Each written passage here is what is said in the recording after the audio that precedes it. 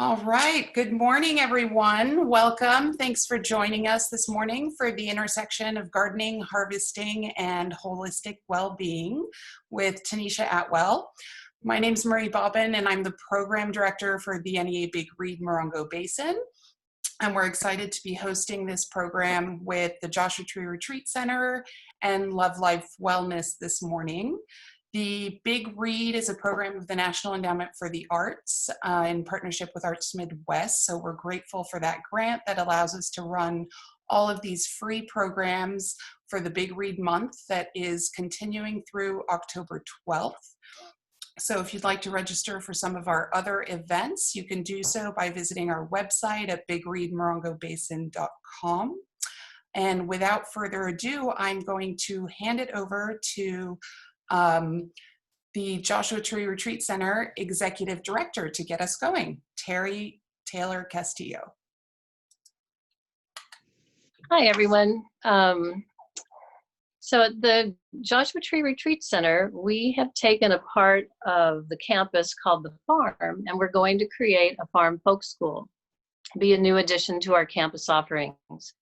And we hope to open with a few small outdoor classes by the end of October. We want to grow things, not just plants, but creativity, confidence, and new skills to enrich one's life in the Joshua Tree Desert region. We were hoping to do today's Big Read event at the farm, but we are excited to host it online as a preview of some of the programming we wish to bring at the future Farm Folk School. So today's presenter, Tanesha Atwell, is a holistic nutritionist and exercise specialist at Love Light Wellness that focuses on strengthening one's mental, physical, and spiritual well-being through personalized care. She also serves as a program manager for the Community Health Policy Program for the nonprofit organization Reach Out in the Morongo Basin. In this position, she assists with the implementation of policies and prevention measures around the environment, food insecurity, food waste, and food recovery. Her passion around alternative and holistic wellness proves to be a great motivator when working to build strong communities through justice, access, and education. So welcome, Tanesha. Thank you so much, Terry. I really appreciate it. Thank you, Marie. I really appreciate you allowing me to be here and to have this opportunity to have this discussion. Hello, everyone out there. Thank you for being with us today.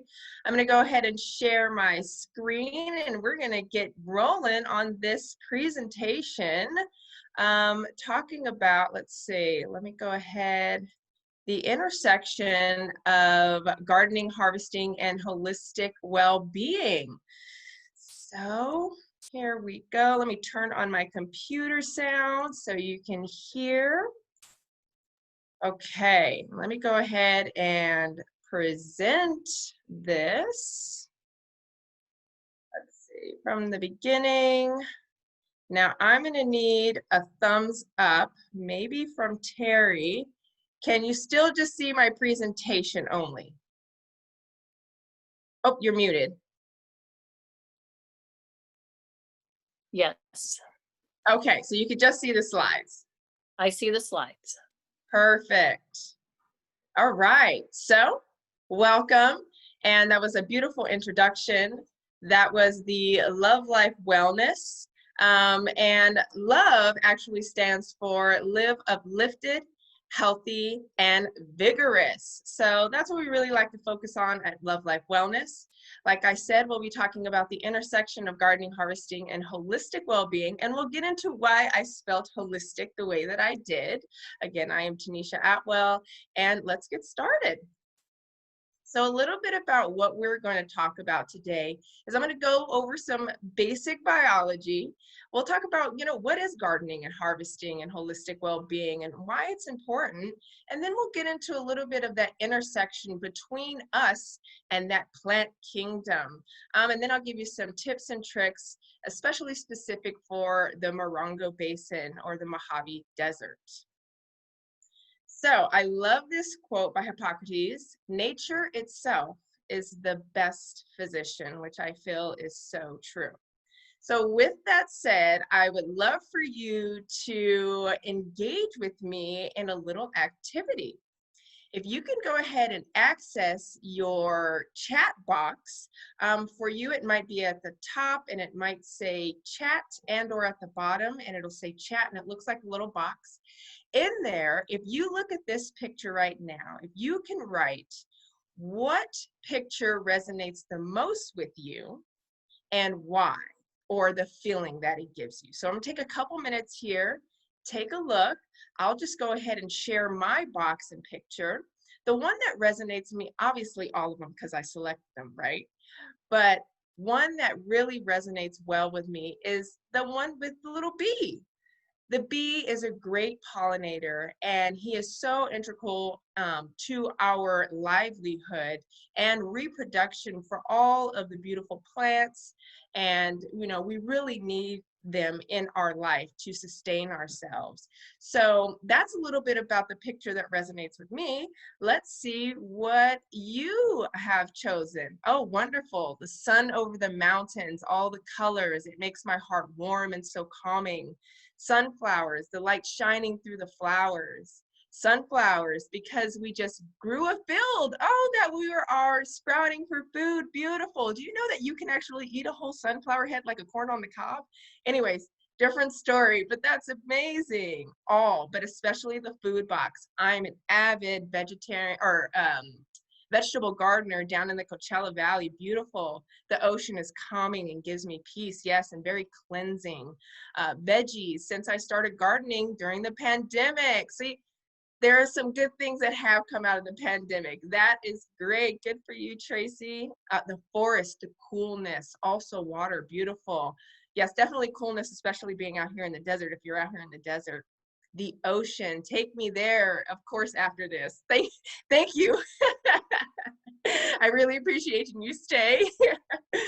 Beautiful. Thank you so much for sharing, and keep sharing. If you haven't shared yet, we're going to go ahead and continue the presentation. So looks like we went back a little bit there. Okay. All right. So all of those beautiful reasons that you shared for the beautiful views of nature that we saw simply in a picture. I want you to really think about that. We just saw pictures of nature. Just imagine what kind of feelings that are evoked within us when we are actually in nature. So yes, we all have senses, and we know we have our sight, we have smell, touch, hearing, our taste, vestibular, like our movement, proprioception, which is like if I raise my hand right now and I close my eyes, my body knows that my hand is raised. So being able to see and understand body position, and actually being able to feel the vibrations that we emit from, say, blood pressure and those kinds of things. All of these senses are in existence in humans, but it's an actual fact that plants have senses too. Yes, they don't have a brain for those, you know, signals to be transferred to the brain, but they are and are able to have the ability to feel the vibrations and take in senses that humans give off. So that's something that we share and have similarities and alike. So let's get down to the bare basic, carbon. Carbon is the backbone of all living creatures and is absolutely essential to our very existence. It makes up DNA, it makes up sugar and proteins, it makes up our tissues and plants and animals. It is needed. Yes, we know about the carbon footprint, but those are external to our necessities for carbon. Those are things that humans produce from activities. I'm talking about the bare basics of our very existence, and carbon is the element of life. So I just want you to remember that. Now, going into it a little bit further, let's take a look at the cell. So we have right here a plant cell on the left and a human cell on the right. And they have actually a lot of similarities and a lot of the same organelles that exist within the cells that function almost in the same way. We both have a nucleus, which holds our DNA. We have a mitochondria, which is the powerhouse and produces that energy, or ATP. The Golgi apparatus that actually stores and ships different molecules like protein. We have the ER, or the endoplasmic reticulum, that actually makes proteins and lipids, and then the ribosome that have RNA. And we both have cell membranes. Now, the only difference between, or one of the differences between a plant and animal cell is plants actually have an extra external plant wall that holds and houses everything within that cell membrane. But the cell membrane is actually vital for us. It actually is selectively permeable, so it allows only certain things to go in and out. It actually maintains our internal environment of the cell, and it's made up of different things like lipoproteins or lipids and those kinds of things. And same with the plant. They have the exact same thing. And with this and our cell membrane that both exist in the cell of a human and a plant, they're able to have what's called an action potential. And that, to explain it loosely, it's kind of where there's an electrical chemical signal from chemicals and electricity that are sent down the cell body, and it actually allows for certain channels within that cell membrane to open to like release water, or to close to actually hold in that water, depending on what external factors have contributed to this action potential happening. And we'll learn a little bit more about that in a video that we're going to watch. The cell wall actually kind of acts like the bone structure, that we have bones that kind of keep us upright and rigid. Well, their cell wall functions in that same way. It provides external protection. It gives it its rigidity so it can actually stand up, and it protects it from, if you think a plant is outside all the time, it's being hit with wind and rain, and so it's an actual environmental protectant as well. And it's also made up of glycoproteins and glycolipids and sugars and all of those great things. So moving on, let's just a little bit about photosynthesis real quick. So as you know, a plant and their cell, they actually have things called like chloroplasts. We don't have chloroplasts because we don't need to do photosynthesis, but they need the chloroplast that actually converts the energy from the sun, the CO2 in our air, and then that water from the soil into sugars or food that they use for energy or building new stems or growing. And then in turn, they remove that that carbon molecule and that hydrogen molecule and release the oxygen molecule to give us oxygen, which we need to breathe. Fun fact though, plants at night, when they stop photosynthesis because there are no energy rays from the sun, they actually take in oxygen and release CO2, just like a human. Now, with that said, when we talk about greenhouse gases, if we have an excess amount of carbon dioxide in the atmosphere, the plant actually takes in, during the time of the sun, it takes in a lot of that carbon dioxide. So thinking about it in a sense, if we are replenishing our earth by building gardens, planting trees, we have more plants to take in that CO2, and we have the less chance of them releasing that excess carbon dioxide back out into the environment. So cool tip, and so important, why we should have our gardens and trees and forests. So just to reiterate what we were saying, we take in the O2, we release the CO2, the plant needs that CO2 to make their sugars and cellulose, and then they release oxygen. So as you can see, it's a full cycle that we need each other. But let's look at this a little bit deeper. There are some other necessities that we have in this world that actually are the same as each other. So I call this encharms, and encharms is kind of like to enchant, to fill with great delight. And for me, existing on this beautiful planet and Mother Earth is a great delight. But I need some things to be able to carry this out. So let's look at this. Let's look at the difference between a plant and a human. So both plants and humans need energy. And a lot of times the plants get a lot of their energy from the sun, and we get a lot of our energy from food that we consume, which are usually plants and animals. And then we need nutrients. And for plants, a lot of those nutrients, the more important ones are nitrogen, phosphorus, and potassium. So a soil rich in these nutrients will help them to grow big and strong. But we also get these nutrients from the plants, from our food. We also get it from the sun. So we're also using the sun to convert vitamin like vitamin D to be able to use for immune function and to lower blood pressure and those kinds of things. We also need a network.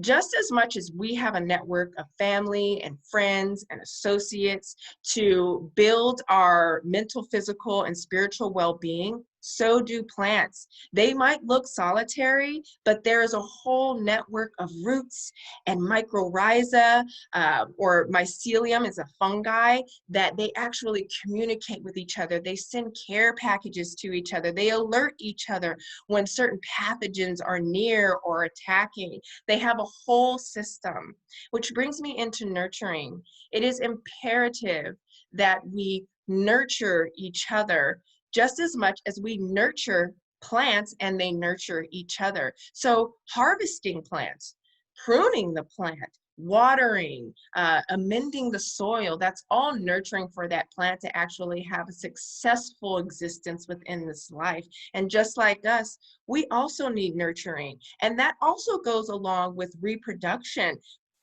One of the plant's sole purpose is to reproduce. And for us, if we didn't reproduce, we would cease to exist. So that is all imperative for our existence. And like I was talking about a little earlier, communication. Just like we communicate, we talk, we have body language, we actually sign language, all of those forms, plants do the same thing. Like I would kind of mention earlier, there's a fungi, it's called mycelium, and they actually grow around and inside the root of a plant.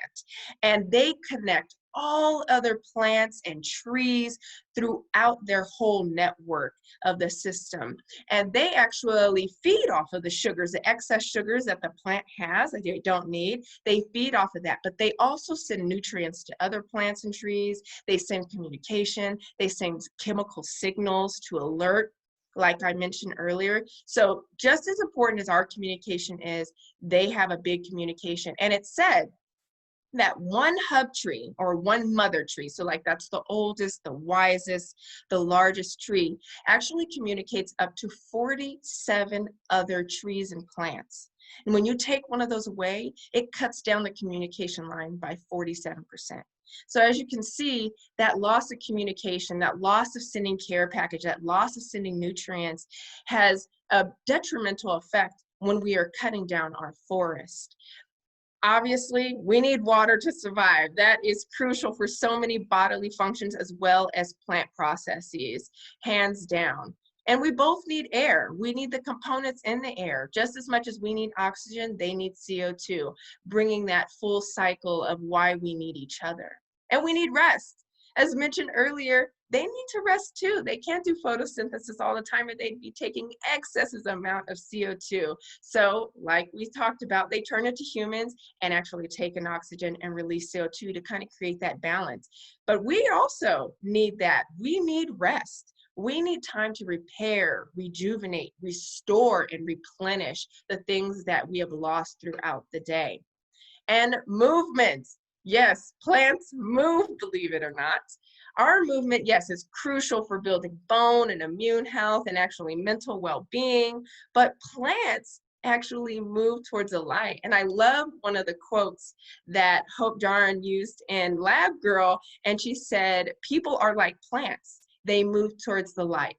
Hence, saying that plants move towards the light. So something to remember. I don't know if you've ever seen your plant and it like starts leaning over to the side where the sun is coming in from that window. Well, they definitely have their ability to move to get what they need. And then we need shelter. Shelter is important for our well-being. It creates a space for warmth and gathering, to have food and to take care of ourselves and to protect us from outside environmental factors, as well as just like a plant also needs shelter. It needs that soil. It needs a place to dwell. So I think we have some stuff in the chat box here. Let me just check out what we hear. Feel free. Oh, okay. Perfect. Okay. Thank you so much. I really appreciate that. All right. Now, let's see here. Here we go. So what I want to do, I'm going to stop sharing and I want us to watch a little video. I do want to warn you, there was a plant that, you know, had to experience some experiences that I wouldn't suggest anyone do to any of their plants or crops or gardens. But for the sake of science, they were proving a point. And I really want to touch upon, this video focuses on how, when we were talking about action potentials before and the sense of nurturing a plant, this is going to kind of give us an understanding of why that is important. So let me go ahead and minimize this, and I'm going to go ahead and share my screen again. I'm going to bring this up, and we're going to watch this little video. It's a quick video, and here we go. Perfect. I got my share sound on, and let's make this bigger. And let me know if you can't hear it, if you're good to go. Here we go. Okay, guys, plants have feelings. And as an emotional response to a threatening situation, they can even scream. Is this a myth? Yeah, yeah. Have you heard this one? You know, I do remember there was a guy who took plants and hooked them up to a polygraph machine and did some tests. Well, in fact, back in the late 60s and early 70s, he was a world polygraph expert. He developed this theory that plants, eggs, yogurt, all these things have a way of communicating on an emotional level that we don't even perceive or understand. The concept of primary perception may be a little out there for some people. It means that all living organisms on Earth, from a whale, a human being, a plant, right down to a single cell, is interconnected, able to feel all sorts of emotions and to communicate with ESP. The theory was developed by the founder of the FBI's polygraph unit, Luhv Baxter. I've been reading the experiments of Luhv Baxter. When he thought about burning the plant, the needle on the polygraph jumped, as if the plant could actually read his mind. To put his theory to the test, the team is going to recreate some of his original experiments. First, to see if vegetation really does have feelings, they're going to get a plant, hook it up to a polygraph, subject it to physical and mental stress, and see if they get a reaction. Grant, do you know how long we've wanted one of these? Yes. And I don't mean a box. One genuine Stolting 22600. Oh, I hear something rattling already. The same model polygraph used in the, you guessed it, original Baxter experiments. Oh, sweet. I saw Meet the Parents. I know how these things work. Ever done time in prison, Jack? When humans are in situations of stress, such as telling a lie to someone, the theory is there are often changes to their body. Their heart rate goes up and they sweat more. It's the GSR, or galvanic skin response component of the polygraph, that measures the amount of sweat. It does this by putting out a tiny electrical current that monitors any change in the skin's conductivity. Baxter took the GSR electrodes from the polygraph, attached them to a leaf, and said he could tap into the currents that flow into our green friends. Tori makes a special screw-on clamp to secure the electrode from the polygraph to the leaf of the Dracaena. Don't worry, little buddy. We're not going to do anything mean to you. Yet. No, dude. Sorry, we're not supposed to freak it out? No. Okay. Okay. To help block out any accidental electrical interference that could affect the polygraph, like a cell phone going off or a plane flying overhead, they're going to conduct the test inside a shipping container. We'll take it into the container, which we know acts as a really good shield from radio frequency interference. The camera crew, everybody else will be outside, so all that camera equipment's going to be out there recording us remotely. Grant and Tori clear their minds Let's go to our happy place. and become one with nature. There's definitely a little deflection there. A little slap on the leaf caused the needle on the polygraph to move. Could it mean the plant is feeling fear and pain? Plant's kind of twitching. Because he knows what's coming. To up the ouch factor, Tori pulls out the heavy artillery. Oh, huge spike. The needle moved way more when the strength of the attack was increased. Each time we hit the plant with the fire extinguisher, the needle pinned. The boys are baffled, but move on to test if plants can read minds. This time, Tori's not going to touch the plant at all. He's just going to imagine hurting it. Think about something specific to this plant, and I want you to really, you have to really intend to do it. Like, I am going to do this. I'm going to kick your butt. Ready? Had a good baseline. I gave it a mental picture, picturing it burning on fire. The needle jumps. Are you serious? Stop. No way. Tori had a thought, and the plant reacted. What the heck? All right. So as you can see, plants actually have the same action potential responses as humans are, and they can actually feel some of those frequencies that we let off as humans. And it is imperative that when we are nurturing these plants and animals that, or plants, not animals, I'm sorry, and that we actually, when we're pruning them, when we're harvesting them, when we're gardening, we're doing it with a positive intent, to actually do it with love. And that when we are harvesting, that we are also doing that carefully, and we are actually promoting a positive environment for these plants to be able to produce the most vital environment for them. So really just cool little fun fact that they actually are more interconnected than sometimes we think they are. So I'm going to go ahead and share my screen again with my PowerPoint. Let's see, I see a question in the chat. Let me just go ahead and open this up, and then I'm going to start from the current slide. And let's see. All right, still can just see my slides, right? Let's see, how old is this film or test? That's a great question, and I will definitely look that up and let you know towards the end of the presentation. I don't know off at the top of my head, but great question. All right, so we're still good. You can just see my presentation. All right, so any other thoughts or feelings around that video or what was just expressed?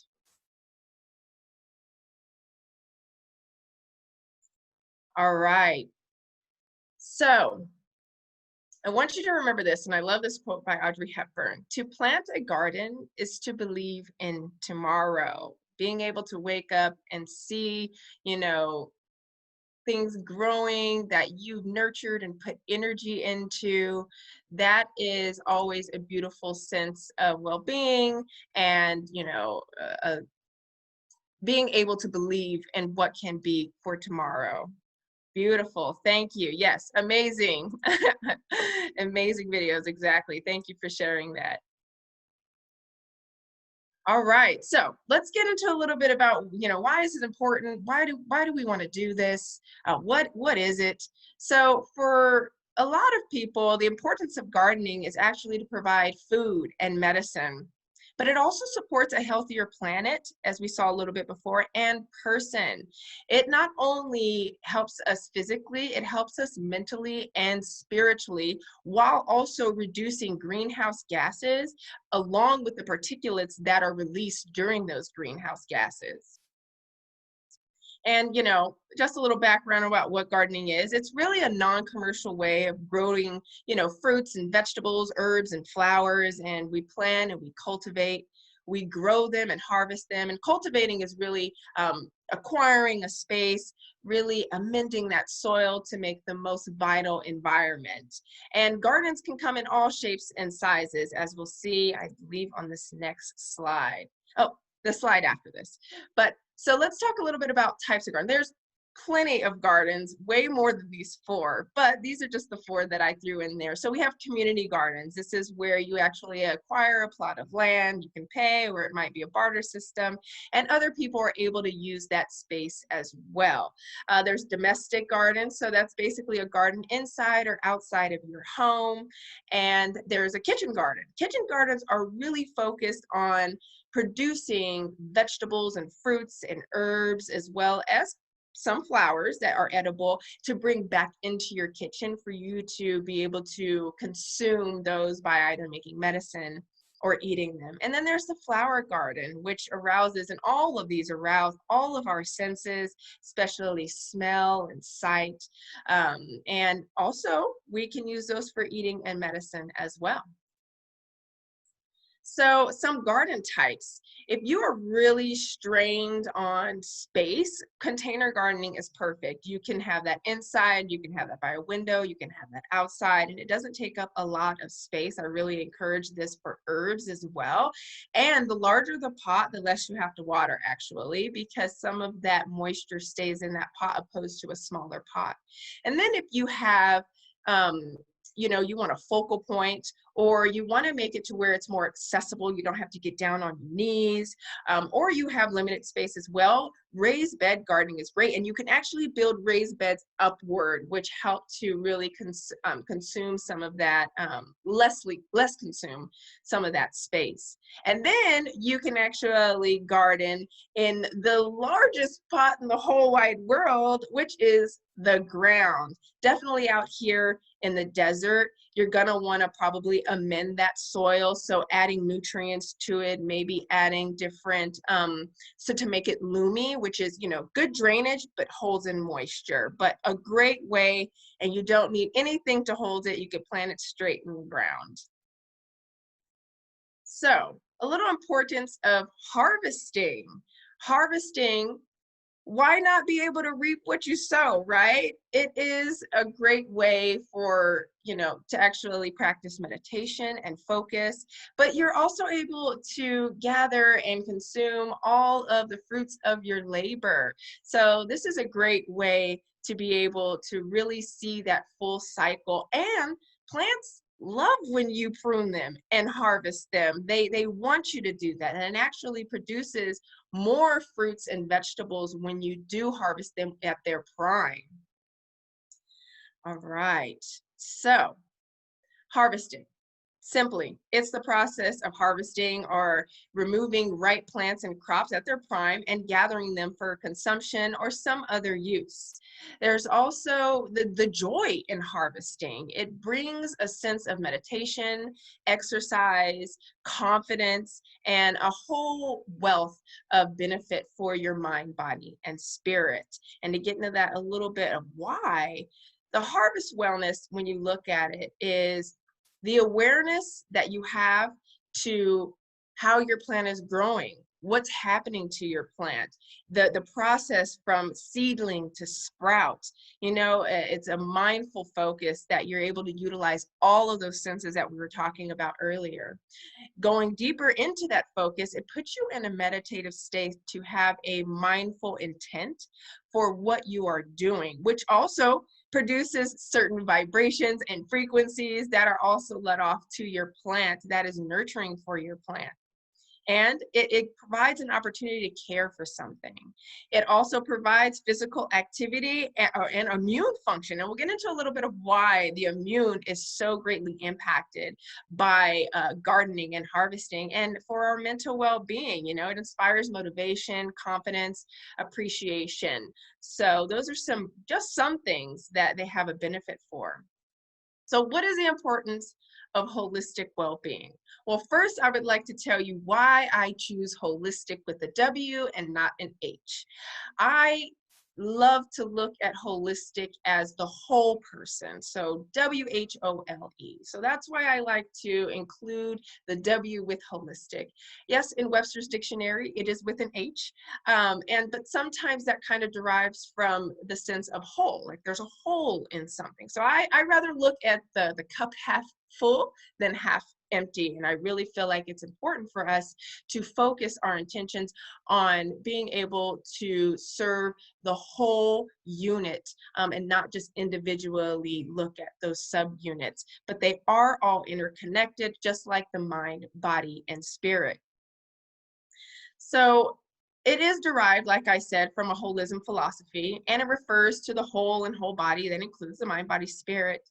But it's really looking at that intimate connection between them all and understanding that even though they are subunits, they don't exist independent from one another. One couldn't exist without the other. They need each other to be able to complete this whole unit. And let's break it down this way. Say you have cardiovascular disease. That's actually linked to depression. Anxiety is actually linked to high blood pressure and cardiovascular disease. They're all interconnected and one affects the other. So when our mind is off balance, that also can translate into physical or spiritual ailments that can come to rise. So remembering that they are all interconnected is so important for our well-being. So our growth, like plants and humans, depend on how we work to enrich each other.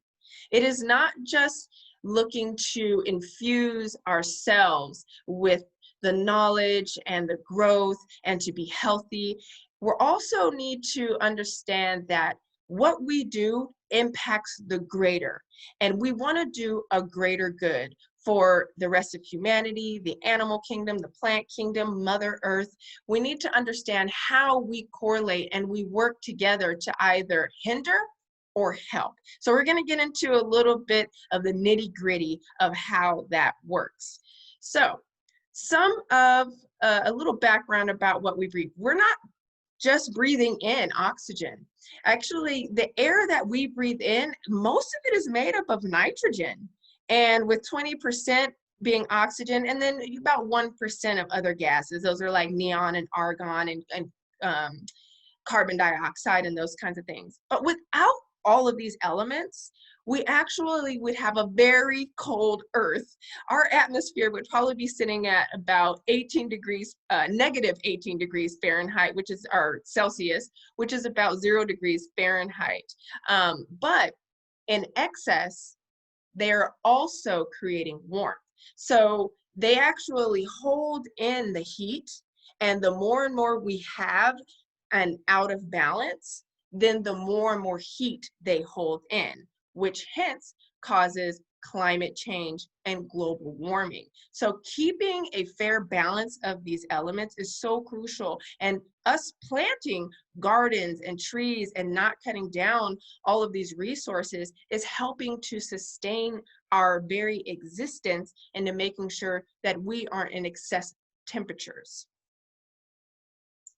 So going a little bit further into this, about each year globally, human activity alone releases about 13.5 billion metric tons of carbon dioxide into the atmosphere, which raises our average climate to about 1.4 degrees Fahrenheit.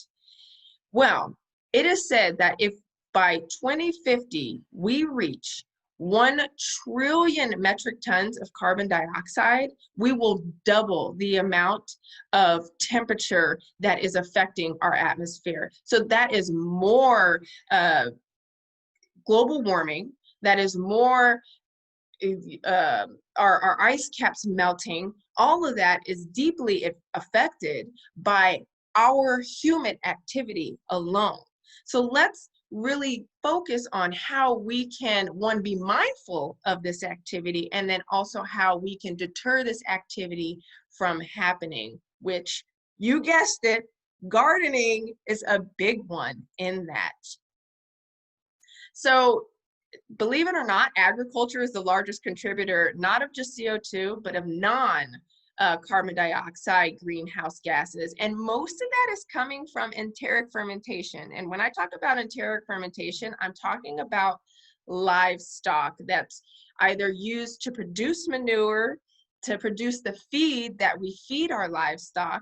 But a lot of times this livestock that we have, they also have a metabolism that happens within them to break down this feed, which lets out a lot of methane. So that's a big contributor to that 29% of total greenhouse gas emissions. But also with our second largest being synthetic fertilizers. Synthetic fertilizers have a lot of, they produce a lot of nitrous oxide. And you saw we already have a lot of nitrogen in the air. So going excessive will also in turn actually contribute to that greenhouse gas. So when we do garden, I really implore you to utilize organic fertilizers, to use compost, all of those things to really help decrease our impact in our carbon footprint. And little fact, the US makes up about 4% of the population, but we are actually the second contributor at 21% of greenhouse gases, with China being the first contributor at 58%. So that's just something to be mindful for, and really thinking about how we can make the impact. Individually, we matter, and our individual assistance in this will make a big difference. So just some quick facts about pollution. We have 3.7 million premature deaths that are caused by ambient air pollution, and that's like cars, trucks, our trains, our processing, all of that. And 69%, there's been a 69% in cardiovascular deaths post-acute exposure to the same ambient pollution, 69% in CVD. So to even understand that pollution is not just creating lung disease and asthma, it also has a lot to do with our cardiovascular health as well. And 76 billion pounds of food are sent to landfills annually. We have, I think, 877 million people that go hungry every day, but we have 76 billion pounds of food ending up in the landfills. And out of that, 4.4 billion metric tons of carbon dioxide alone is emitted into our atmosphere because of this food loss and food waste. So I think it's really imperative that when we do garden and we do harvest, we actually are a little bit more mindful of how much energy, the process that goes into growing all of these foods, our fruits, our vegetables, and we're a little bit more mindful upon waste. And we're not just losing food when it gets sent to the landfill, we're also losing fresh water. It takes about 21% of fresh water to actually produce food and for it to go into a waste or a landfill. So we're not just losing food, we're also losing precious water resources. So I love this that I found in a study. They actually found when people adopted a sustainable dietary pattern and a dietary pattern, they actually were able to reduce greenhouse gas emissions by 80%, 70 to 80%. And that had a tremendous reduction in our carbon footprint. And a lot of this had to do because it was less dependent on animal-based food production. So overall, it was able to yield a positive benefit and reduce human mortality rates. So just side note for that. All right, so kind of a little bit more in depth about what I was talking about. For our environment, gardening harvesting is imperative. It reduces the carbon footprint. It actually reduces pollution in the air. The leaves of a plant and our fruits and vegetables and trees, they actually take in pollutants in their leaves. They send them down into their roots and they actually let them out into the soil for soil microbes to then digest. So it's not just actually giving us more oxygen, it's actually removing some of those particulates that are being let off from all of these processes that we are doing in human activity. For instance, a single maple tree can remove about 48 pounds of particulates and 100 pounds of carbon each year, along with toxic metals and nitrogen oxide and sulfur oxide.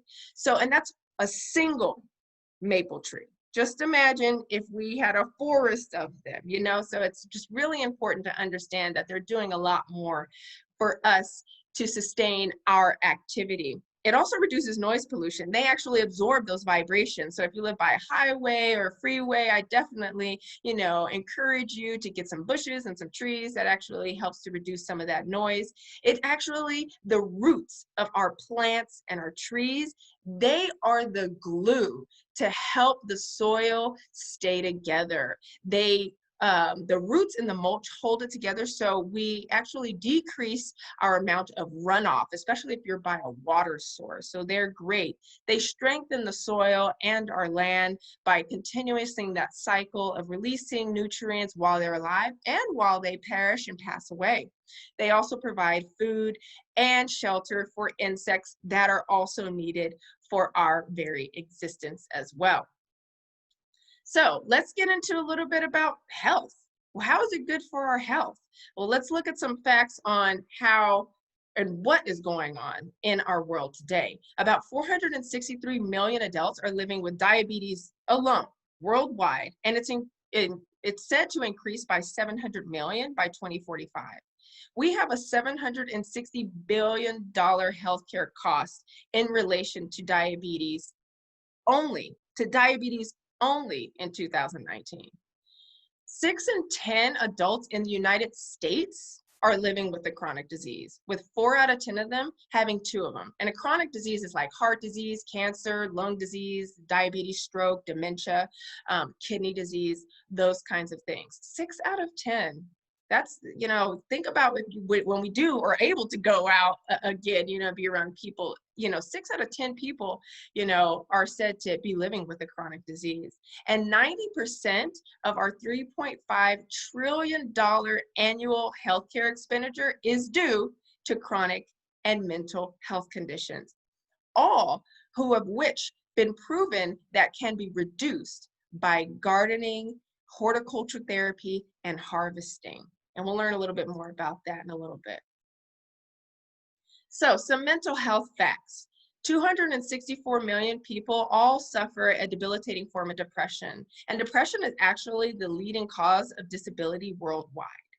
We have recently, from 2007, an increase of 151% of preteen, 10 to 14 suicides, with patterns pointing to social media. So that disconnect from nature and the connection from being here instead of out there and taking in all of those benefits from our nature have seen such an increase in suicide and suicide attempts for preteens. 40 million adults suffer from anxiety disorder in the US, and actually anxiety is the most common illness in the US. And about 50 million people suffer from dementia, with 10 million new cases each year. Now, the University of Michigan actually did a gardening study, and they found that memory retention was increased by 20%, helping to decrease the prevalence of dementia. So, horticultural therapy is used a lot in this field, and it's also used for some other things, like even the views of nature. They actually found that hospital patients and wound healing, it promoted an increased healing of wounds, and it shortened the stay of hospital patients, just even having flowers in the room. Obviously, we know gardening and harvesting provides nutrients and medicine, but as we saw, it has a prevalence of reducing lifestyle diseases. It actually improves our physical fitness, vigor, and immune function, and that is through the movement. It actually increases our heart rate. It actually acts as a form of aerobic exercise, and it provides a sense of well-being and a psychological and cognitive function. It decreases depression and anxiety, while it increases our self-independence, pride, confidence, and vitality, which I feel is so important for my well-being at the end of the day. And I really like the description that WHO, or the World Health Organization, used to describe health: a state of complete physical, mental, and social well-being, and not merely the absence of disease or infirmary. So all of these are crucial to have a healthy state of being, and gardening and harvesting actually contributes greatly to achieving that. So there was a meta-analysis done, and they followed 22 studies, and it showed that even short-time exercise in gardens provided an instantaneous benefit in both reducing depression and anxiety symptoms, a reduction in stress, a reduction in body mass index, and an increase in general health, cognitive function, and life satisfaction. So let's learn some facts on how that is even possible. So, as we know, usually when you're outside gardening, you're exposed to sunlight. Well, it actually boosts your amount of vitamin D, which leads to a decrease in blood pressure and increased calcium levels, helping your bones function and those kinds of things, as well as your immune function. And we'll get into a little bit of why the immune too, because vitamin D does have to do with immune, but there's also some other factors like the microbes in the soil actually help to strengthen our immune system as well. Daily gardening improves one's dexterity and ability to achieve aerobic physical activity. It's actually said that it's a little bit better than walking. The lifting, the bending, the tilling, or, however you're gardening, all of that increases our heart rate to achieve that aerobic exercise. Gardening and harvesting encourages the consumption of quality fruits and vegetables, supporting a healthier diet. And you are getting a great benefit when you are gardening, because you know what's going into that garden. You know that you're not radiating your plants to keep them alive or to kill off microbes. You know that you are not adding color to them because they were picked before they were ripe, because they had to travel so many miles to get to the store shelves, all of that. So you're getting that prime, beneficial, nutrient dense fruits and vegetables from your very own garden and from your very own labor. They actually said that this could be maybe the new Prozac. Inhaling Microbacterium vaccae is a healthy soil bacteria, and it actually was found to increase serotonin levels, which created a calming state, reduced anxiety, and boosted mood. So they're actually doing a lot of studies around this specific soil bacteria right now to see how else we can utilize this to create and hopefully, deter our rates of anxiety and depression. Community gardens, they promote social interactions hands down, which helps to reduce loneliness, which then helps to reduce depression. Studies have also shown that gardening increases our dopamine levels by 68%. Dopamine is like that happy chemical, that happy hormone that we need to keep us uplifted. So in turn, it actually reduced stress, depression, and anxiety. And a study found that gardening reduced the risk of developing dementia by 36%. And like that study, it showed that memory retention increased by 21%.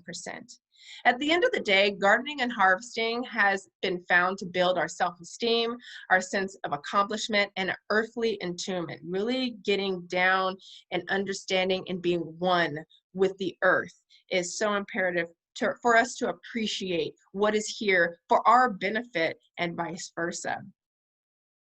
So just a little bit, there's that fact that I was talking about before, that 20% of increase in memory retention and concentration. And that was even going outside or just being surrounded by plants. So if you have an office or you have a space that you're working and you need some clarity, get a bouquet of flowers. Grab some flowers outside, grab some plants outside, put them around you. They actually create a sense of calming for you. All right, so all in all, when we garden and we harvest, we are doing our due diligence to support sustainability. And it brings and expands our awareness around food waste, our environmental impact, our lifestyle. It promotes connections with nature. It actually reduces our risk of developing a nature deficit disorder, which also has to do with vitamin D. It increases our attunement with the earth. It saves money for us.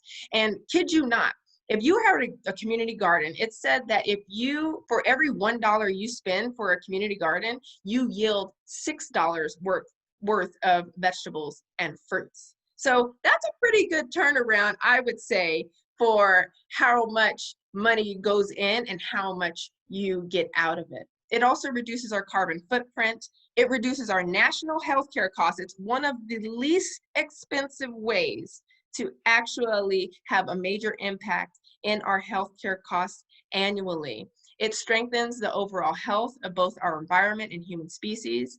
And, you know, it actually provides what I think Mother Earth's finest medicine, because I definitely believe food is medicine. So seeing it in that sense is so important to understanding how vital it is for us. And like Albert Austin said, the glory of gardening, hands in the dirt, head in the sun, heart with nature. To nurture a garden is to feed not just the body, but the soul. So walking away with that, understanding that it is a mind, body, spirit experience to garden and harvest is so vital for us to be able to appreciate what it gives us. It gives us much more than just food. But we do like the food, right? So let's learn some tips and tricks about how we can get a successful harvest. So let's go, and I'm going to be talking about a little bit more specific for the Mojave Desert, but this can apply across the board.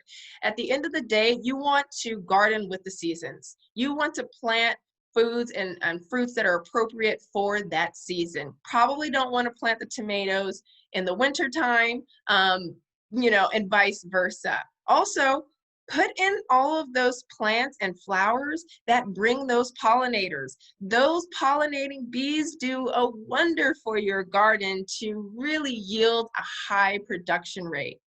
You really want to get that soil loomy and amended with great nutrients. And loomy, like it's just good drainage, but you're still holding in that moisture. And a good way to hold in moisture but keep it loomy is coconut husk. They hold in a lot of moisture, a little bit goes a long way, and they also provide a great drainage system. And then plant what's appropriate for your area. I'm not going to probably plant a soap nut tree in my backyard in the desert. They belong in the Amazon or they belong in the rainforest for a reason. So just really learning about what you're planting and are they appropriate for your area, which also helps to reduce our risk of overwatering and really promote sustainability. So so when I talk about amending your soil, these are like the three main chemicals that I am talking about or minerals that I am talking about: nitrogen, phosphorus, and potassium. And this is a great tip that I learned from the garden lady. She actually says, if your plants are rich in color, your nitrogen is good. If you have a beautiful bloom, phosphorus is on point. And if you have strong roots, potassium is doing its job. So really, if you notice any of these that are failing, then you know, okay, I need a little bit more phosphorus. Oh, I might need a little bit more nitrogen. Now, if you want the whole kit and caboodle, one plant food that I love is actually Eleanor's VF11. That has all three of these minerals inside of it. and it works wonders, and a little bit goes a long way. And you can find that at your local hardware store. Easy peasy. So some harvesting tips and tricks. Easy. If your stuff doesn't pull off easy or isn't coming out easy, make it easy. Use some scissors, use some pruning tools, because that actually prevents you from harming and damaging the plant. Just like if we get a cut on our skin, we are more susceptible to actually getting an infection.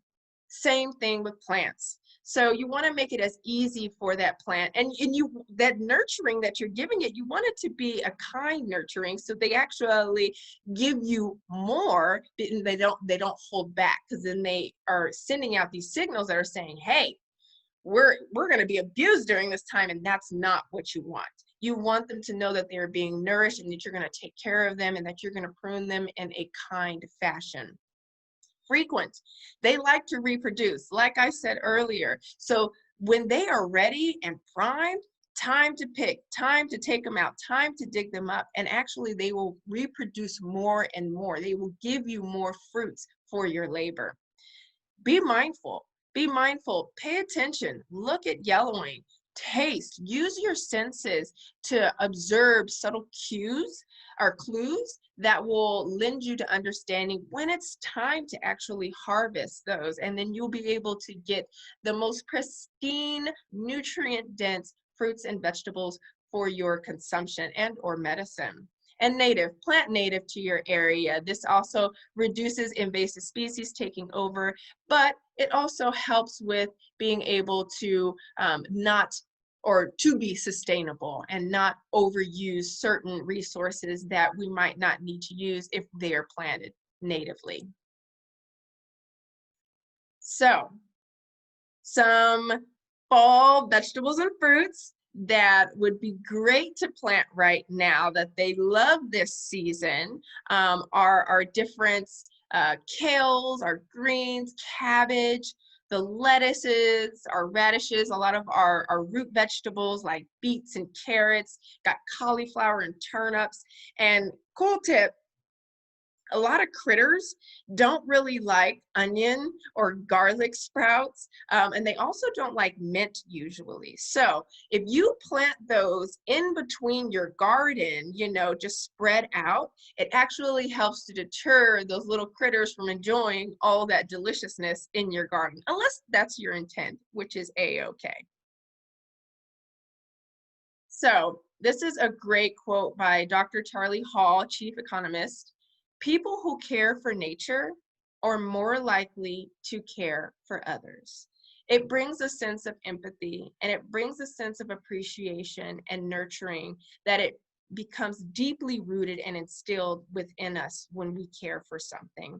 So we're all living creatures. We're all biological species with a need, and we definitely depend on one another's, existence within this world. And hopefully it's an optimal existence. And we coexist with one another for a reason.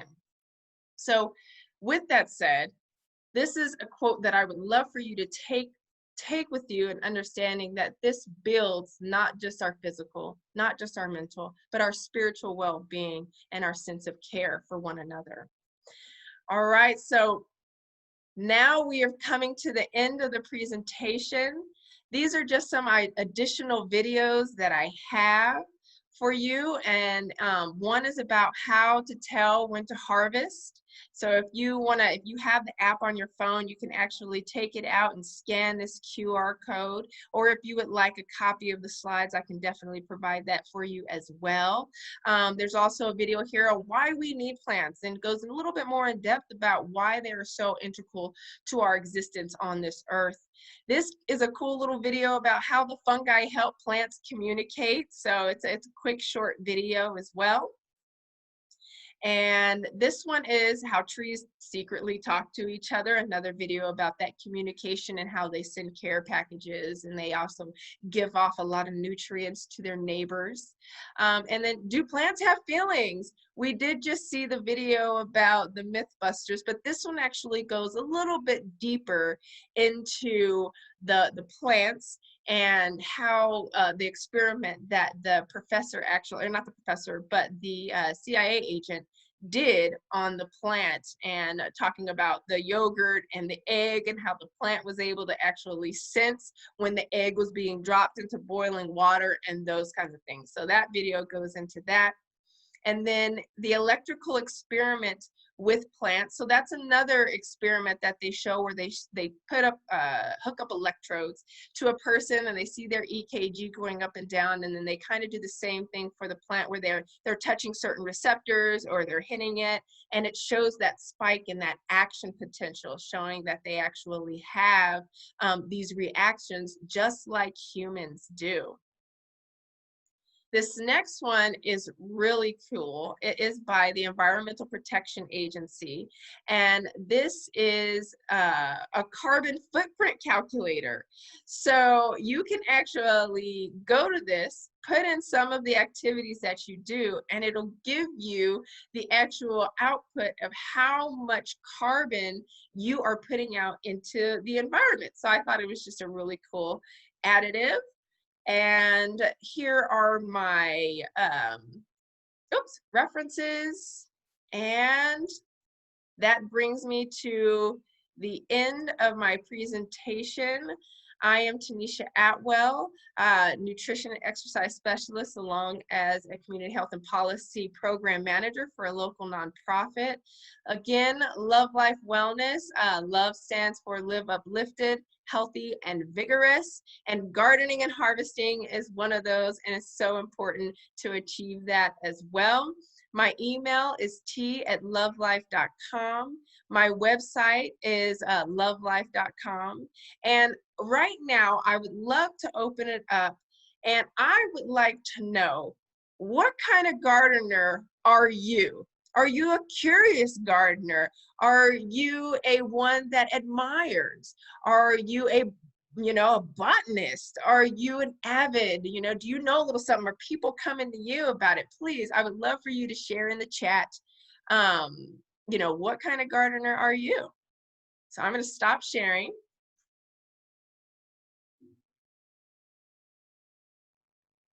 All right, let's see. I'm going to go ahead, let me close this out and open this up so I can see this chat. Right. Perfect. All right, I'm going to open up the chat here. Here we go. Here we go. Awesome. Avid vegetable gardener, certified master gardener. Wonderful. Wonderful. Awesome.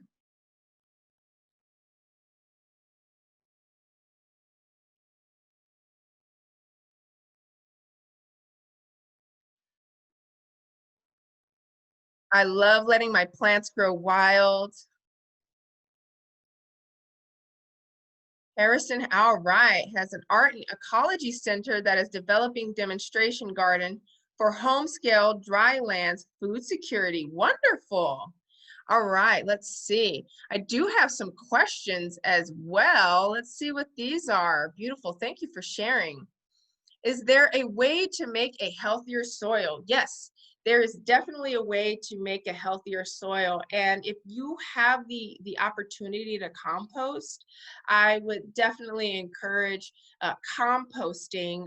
That provides a lot of nutrients. But also, if you use cow manure, a great trick to actually making that a little bit less acidic is actually adding horse manure to it. That really balances out the acidity within that manure. You can also use rabbit manure and those kinds of things. And we have plenty of rabbits out here, so I could probably rake up my yard and add that to my compost or soil. But those are great ways. And then the Eleanors, the VF11 with the nitrogen, phosphorus, and potassium, those are great to amend the soil. And then I try to add coconut husk. Coconut husk helps with that moisture and that drainage, allowing that. So those are the things that I really like to do to make the soil healthier. Let's see. Yes, VF11 is great for houseplants, and a little bit goes a long way. Let's see. I'm raising about 24 mesquites. I talk to them each day when I water them. That is beautiful. So they can definitely feel that emotion and those vibrations that you're taking in. They're also getting that CO2. They love that. I mean, I would love to know, or how are they doing? You know, are they strong? Are they happy? Is their color vibrant? And I'm pretty sure all of those are true. I love plants, flowers. I have several trees and plants in my home. I also have redesigned my background with many plants and new trees. I have a new desert rose that is now giving beautiful flowers. Oh, how gorgeous. And it's so nice to be able to walk out in your own yard and get a sense of that nature. Beautiful. Thank you. Started gardening out of lack of traveling and boredom. There you go. And I think that has been so big right now with COVID going on. A lot of people I've seen take up gardening, and I hope that you have found enjoyment within that gardening, because it came about during this time. Let's see, I love letting my plants grow wild. Beautiful, yes. Have you grown in wicking beds? I have not, and I'm very curious to learn a little bit more about that. Thank you for bringing that up. Let's see, what's another question? What kind of garden do you have? I use other people's gardens. I have been so blessed to be around so many people that have gardens, so I like to go and play along in all of those gardens. I did have the opportunity to have a garden up in Oregon. So I actually grew a lot of sustainable, so rosemary, calendula, for medicinal properties, tomatoes, those kinds of things. I actually just got my garlic bulbs in, so I will be planting some of those pretty soon here. And I'm in the process of building a raised bed finally. So thank you for that question. If you don't have a place to garden, is organic vegetable fruit at store next best thing? Definitely. I would definitely say when you can go organic, go organic. It definitely reduces the amount of additives, and it reduces the amount of even radiation and pesticides and herbicides and insecticides that are used on it, but then have to be produced. And as we know, with those synthetic fertilizers, with some of those different pesticides, herbicides, those also let off a lot of greenhouse gas emissions. So you're also doing a favor for our environment alongside us to be able to actually reap the benefits of not ingesting those types of chemicals and so forth and so on. And at the end of the day, I know sometimes it can get a little expensive, but in season, usually the price drops. If you go to the farmer's market, sometimes you're able to work a deal if you go a little bit later at the farmer's market. But organic veggies, hands down, if you can, all the way, I would definitely encourage going that route. And let's see, these are all great questions, great comment. Oh yes, cardboard is a great weed controller. Thank you for that. Very, very true. And you can actually compost cardboard. So, that's great in itself. It's two birds, one stone at that one. Let's see, did I miss any? I just want to make sure that I didn't miss any. Let's see. Can you look online by our zip code to find out what grows best in my area? Oh, that's a great question. I don't know if you can look by zip code, but I know that you can look up, there's different zones. So like I live in a zone 11. There's different zones for your area. If you're in the desert, you're probably maybe in a zone 10 or 11 as well. And you can look up fruits and vegetables that grow best for those zones. So you can put in your area and it'll usually tell you what your zone is online. Let's see. If you don't have a place to get, yeah, okay, got that one. Oh, I see one leaf dying. I would feel so sad. Then another one would die sometimes inside of me, said stop feeling bad and only praise how beautiful all the restoration that was. I just cut the bad with no feelings, and then it grew so beautiful. And yes, just like plants, just like humans, we all go through a cycle of, reproduction and then, perishing. That is a part of the cycle. And to be able to do that with nurturing, to remove that leaf or, whatever it may be that has passed on, that's a great thing if you are composting, to add in your compost, but also giving recognition, like you said, to that plant for even producing all of this beautifulness and making room for that new growth. So beautiful. Thanks for sharing, Fawn. One of our attendees shared that the video said, perfect. Thank you so much. 2006, the video was done. Yes, episode 4. Thank you. Let's see. Yes. All right. Whenever I go on long vacations, my indoor plants suffer. They don't like me being here. They don't like me not being here to talk and breathe on them. Very, very true. They're losing a lot of that carbon dioxide, and they're also losing that nurturing that you're providing to them by talking to them, by looking at them, by pruning them, by just watering them, all of that. So yes, thank you for sharing that. Let's see. Awesome. Today from 2 to 4, there's a native plant sale at Joshua Basin Water District office in downtown Joshua Tree for $9, each of 3 for $25. Perfect. Thank you for sharing that, Karen. Lovely. Yes, if you would like to email me, please find me at t@lovelife.com.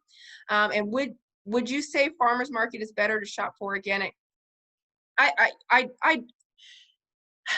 don't want to, but yes, of course. I think a lot of times when we think about a farmer's market, we're thinking about, one, we're having interaction with that farmer or whoever is selling it, and we can ask those questions. We can see what they've used, what processes that go into using this, but usually they travel less farther. So if we're thinking about an environmental impact, you are definitely decreasing that environmental impact you have on the earth when you're buying local, but you're also usually supporting your local economy as well. So all of those are great factors on why a farmer's market organic would be better.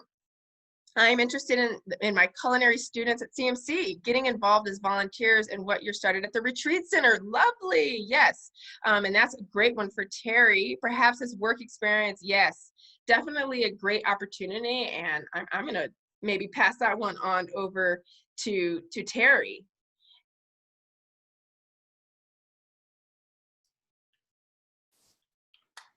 Hey. So, yeah, you can reach us at, well, my email is Terry, terry.jtrc@gmail.com. And pretty soon our website will be up for the farm. You can also go to jtrcc.org and see everything else we do at the retreat center. Perfect. Thank you for that, Terry. Awesome. Well, I want to thank you for your time. Thank you for all your beautiful comments, questions, being a part of this conversation, and sharing. And I really enjoyed being here. Thank you for inviting me. And I guess I will hand it on over to Marie. Thank you. Tanesha, thank you so much for your presentation. That was amazing. And so I'd just like to repeat, because I'm sure some people are going to want to watch the videos and maybe didn't get the QR codes. So if anybody's interested in Tanesha's presentation, you can email her at ttee@luhv, LUHV, life.com, and she'll share that presentation with you. Terry, thank you for hosting, and we're excited about the Retreat Center Farm and all the projects coming up. If anybody wants to get on the Retreat Center mailing list to find out when new programs are happening and when the launch is happening, you can sign up for the Retreat Center's newsletter on their website, jtrcc.org, which I also put in the chat. And with that, thank you both, and thank you everyone for joining us today. I hope you'll join us for some more Big Read events throughout the month. And again, you can find those at bigreadmorongobasin.com. Thank you, Tanesha. Thank you, Terry. Thank you.